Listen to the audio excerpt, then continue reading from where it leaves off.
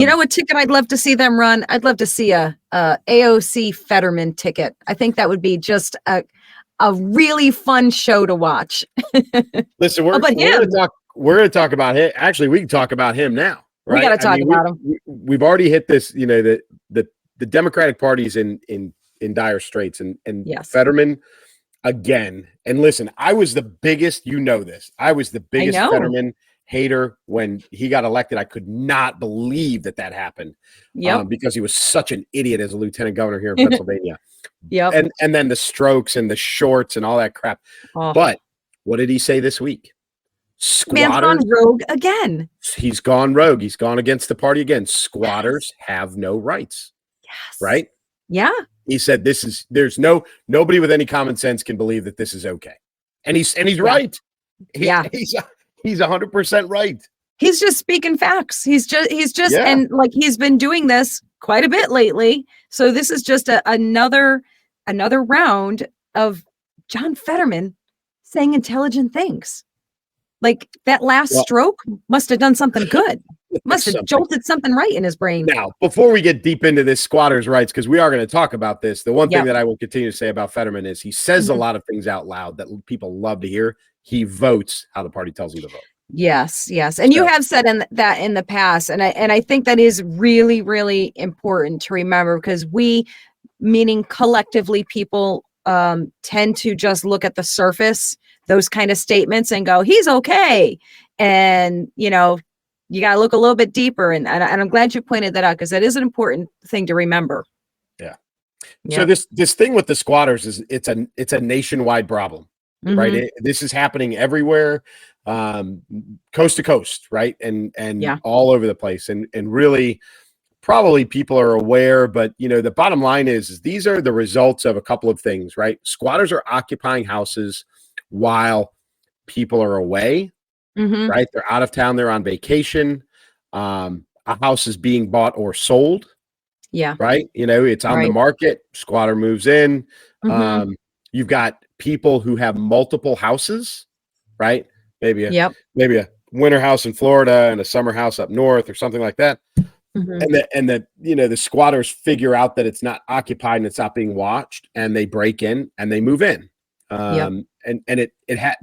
So those are kind of the norms. But what's happening with this is in a lot of these states, they have established laws where if you can provide proof of residency, right, which squatter breaks into a house, they need power.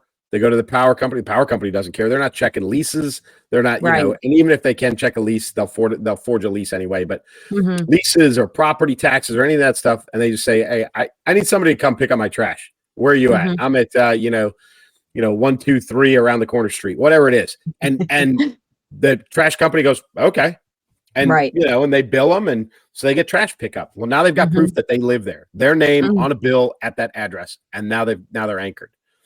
And so people are coming home or coming back or, going to their other house or whatever it is. And they're finding people have moved in, like whole families or multiple families, or like a bunch of homeless people have moved in and taken over their home. And they have, in a lot of these cases, no legal recourse.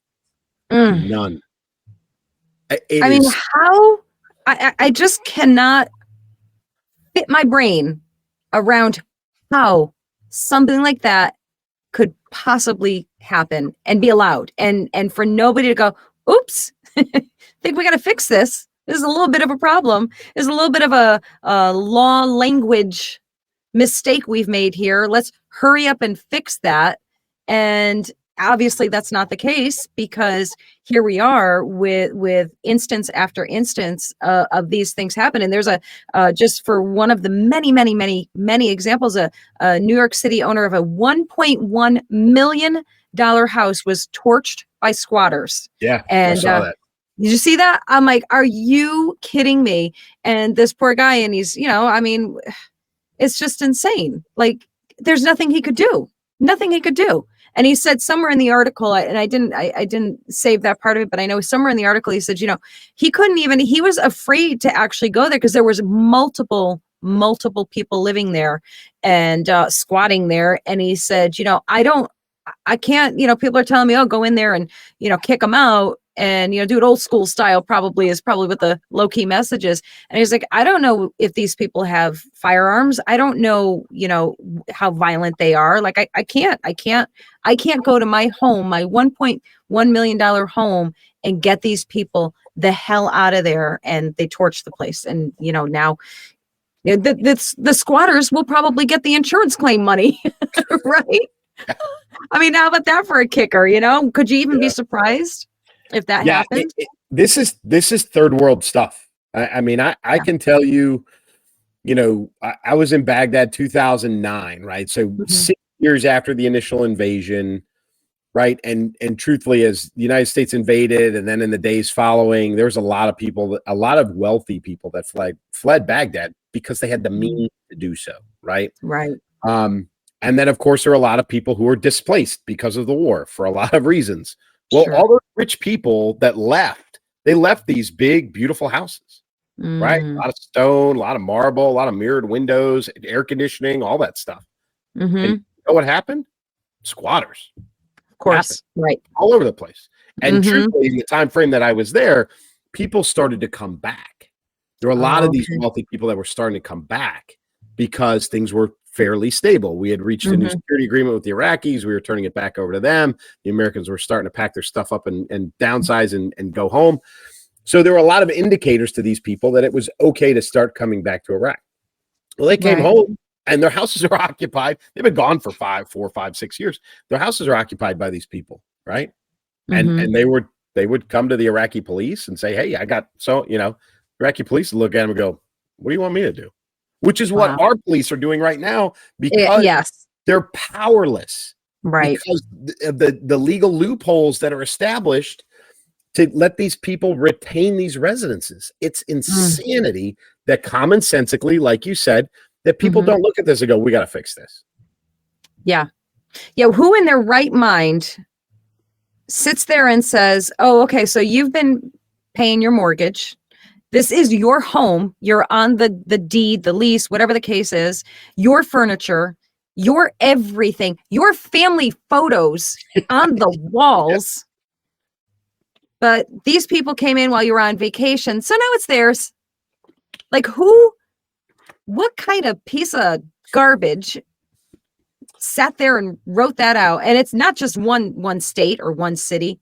Like you said, this is across the country, that this is something that people thought was okay. And, I mentioned something about old school justice, old school rules. I got to tell you. So there's a guy who does, and I think it's California. I'm pretty sure it's California. So he's a guy who does home renovation work.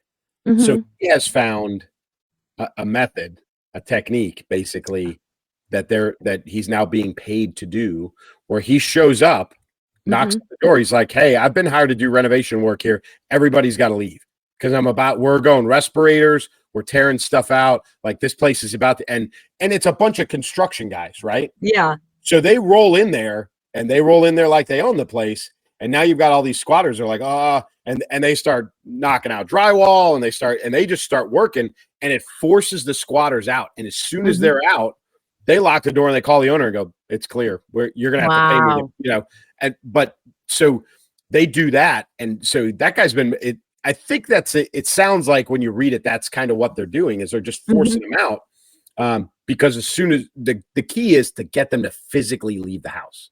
Yeah, that's the catch, obviously. And they obviously know this. So I'm assuming what they do is they always have someone in the house. So if somebody has to go to the store, or, well, they're certainly not going to work. But if they have to go and do whatever it is that they do, they always have somebody staying in the house. That's their in, obviously. Yeah. Okay. Yeah. So this guy figured out a way to shoo them out of there. And it sounds like he's essentially putting their health at risk, at least for a short period of time, to get them out of there. Which, good on them. Yes. But whatever works. Because again, nobody's getting help from the police on this. And I'm not blaming the police. This is another one of those situations where they're put in a really bad situation because the legal statute, whatever it is, it's been, establish that they have a right to be there. And what are the cops supposed to do? Like you said, Right. you know, the old school violence thing, and that's where it gets tricky. Because listen, I'm that guy. I have no qualms about this. There would be a discussion. There would be a much louder discussion. There would be a threat, and then there would be violence. And I'm sorry, but that's my house. It's my possession. I've worked for it. I've invested in it. It's mine. And you can go out on your feet, or you can go out on a stretcher. Take your pick. I don't care. You take your pick, buddy. Whichever one you want is fine, right? But, yeah. But then the problem becomes, truthfully, I've now put myself at legal risk. Right. You know, in a lot of states, you know, maybe you've got castle doctrine, right? Where you can protect, you know, you can protect your castle. A man can protect his castle. So you've got that, but you've now walked in on them in a state where they may have legal right to be there, your castle or not. So now it's all very much up in the air. But as much as the old school inclination to physically remove them is the right answer in a lot of cases, you're also probably going to end up in jail. Right. As sad as that sounds, unless you've got like an old school sheriff who's like, yeah. You need to be in like Florida. I don't know, you know. Yeah, you need to be in Florida for that to happen. Maybe Texas, I'm not sure, but yeah, you need to be in some of those states in order to get your rights back there. So like the gist of it is, you can't, as the homeowner, you can't physically get them out of your home, as we all would like to do in the ways that you described. You can trick them out. Basically, you can trick them into leaving if you can figure out a way to do that, which I'm sure they're pretty savvy themselves. So, you know, it would take something like you said there. So that's I'm not that big of a person, Clay. I'm just not. I'm just not. I pray to God we never have to find out what I would do in that situation, because just talking about it, I feel my blood pressure going up. Like just the very idea of it, like it's getting me fighting mad. You know why? Because you worked your ass off you and your husband to buy that house, to be in that house, you know, like that's, you know, you and I don't do the free thing, right? Like that's not how this works. We've earned everything that we've been given. And for somebody to just walk in and be like, that's mine now. Like, I'm throwing hands. Like, this is not, it's not going to turn out well. Yeah, absolutely. You know, I always think of when I have any kind of conversation along these lines, I always remember, and I don't know if you'll remember the show, or listeners or watchers, if you guys remember the show, but back in like the 80s, there was a show, whatever you guys will remember, Family Ties, Michael J. Fox, you know, all the other actors, Justine Bateman, blah, blah, blah. And there was a scene, and I don't know why this, well, I guess I do know why. There was one scene in one episode that has stuck with me all these years. We're going back like 30 plus years. And it's a scene, bear with me guys, where Michael J. Fox takes his little brother to like kindergarten, and all the kids are, the teacher has them put on like these little signs around their neck that says like, I like to share, I'm a good friend, and all of these, you know, cute little sayings. And if you remember, Michael J. Fox's character, Alex P. Keaton, was a conservative. And and he sees all these signs and he's like, what the heck is this nonsense? And he puts a sign around his little brother's neck that says, I know what's mine. And that has been my life motto. I swear to you, I have said that so many times over the years, and in just that way, that I know what's mine.